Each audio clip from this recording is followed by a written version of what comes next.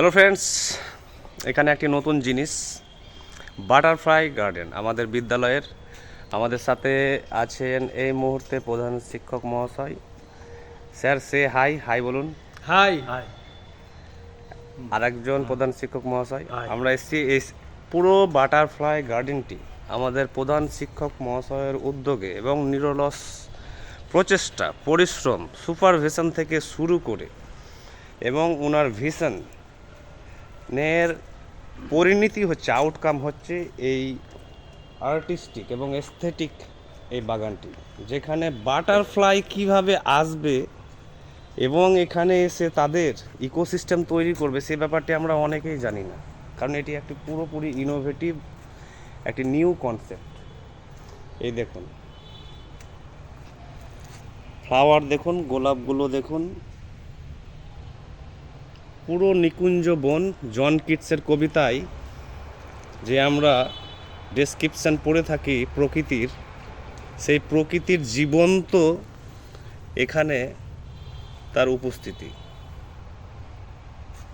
তো এই জায়গাটি এলে আপনার মন প্রাণ সমস্ত কিছু আপনি একটা হিল ফিল করবেন এখানে।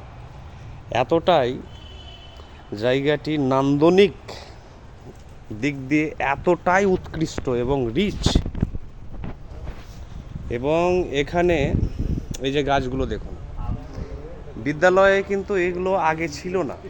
আমাদের প্রধান শিক্ষক মহাশয় এই কয়েক বছরে স্কুল প্রাঙ্গণের প্রত্যেকটি অংশকে, প্রত্যেকটি কর্নারকে এমনভাবে তিনি কাজে লাগিয়েছেন যে প্রত্যেকটি জায়গা এখন একটি রিচ অ্যাসেট, প্রাকৃতিকভাবে কিন্তু রিচ অ্যাসেট। এই যে দেখছেন গাছগুলো,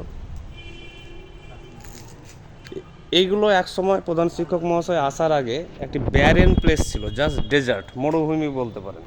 সেই মরুভূমিকে কিভাবে একটি ফার্টাইল, একটি ফেকান্ড জোনে পরিণত করা যায় এবং সেখান থেকে ম্যাক্সিমাম কি প্রডিউস করা যায়, তার প্রোডাক্টিভিটি আপনি যদি দেখেন একবার তাকিয়ে চারিদিকে, তাহলে বুঝতে পারবেন যে কারো যদি ভিশন বা প্যাশন থাকে প্রাকৃতিকভাবে, তাহলেই সম্ভব। দেখুন দুর্দান্ত গাছের দেখুন ভ্যারাইটি এবং বৈচিত্র্য দেখুন।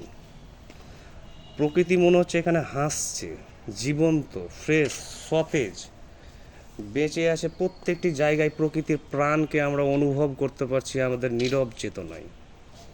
এখানে একটি দেখুন সুন্দর বেগুন একাকী নির্জনে নীরবে সে তার অস্তিত্বের ছন্দে নৃত্য করছে।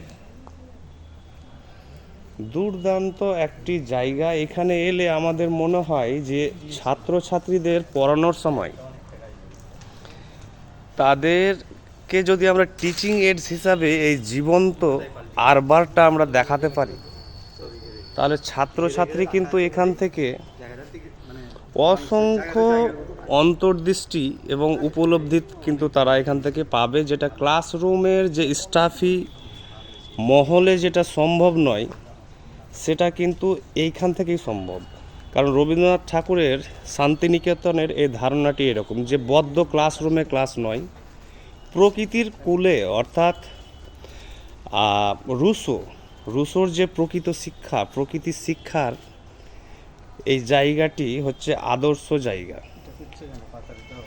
তো প্রত্যেকটি জায়গা সুন্দরভাবে কিন্তু সাজানো, দেখে মনে হবে না এটা কোনো গভর্নমেন্ট স্পন্সর বা এইডেড বিদ্যালয়, মনে হচ্ছে কোনো একটি প্রাইভেট বিদ্যালয় বা ইউনিভার্সিটি।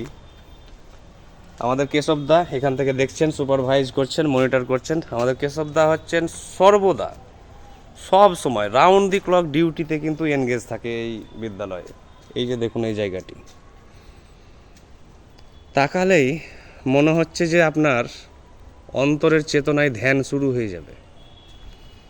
আপনি যদি মানসিক পীড়া থাকে বা ডিস্টারবেন্স, যা সেখানে 5 মিনিট বসুন বা দাঁড়ান এবং নীরবে তাকান, দেখুন আপনি কি দেখতে পাচ্ছেন। আপনার চেতনায় দেখবেন যে একটি হিলিং, একটি উপস্থিতি, তার প্রভাব অনুভব করতে পারবেন। তো this is call butterfly garden, which has been totally devised and enriched by our honorable headmaster, who is very passionate about nature, gardening, and he has many new innovative ideas, and almost every day on a regular basis he has been doing something new and new. And in terms of infrastructural growth, the school is now at its peak since for the past 2 or 3 years. And before that, the school lacks many things, which has been now totally uh, filled with those things which are what you now can look around. So this is our school, and almost a forest academy you can call say. বৈদিক যুগে যেমন forest academy ছিল, অর্থাৎ ফরেস্টে শিক্ষা দীক্ষা হতো, যার প্রাকৃতিক শিক্ষা, সেই রকমই একটি জায়গা ফরেস্ট একাডেমি। Thank you.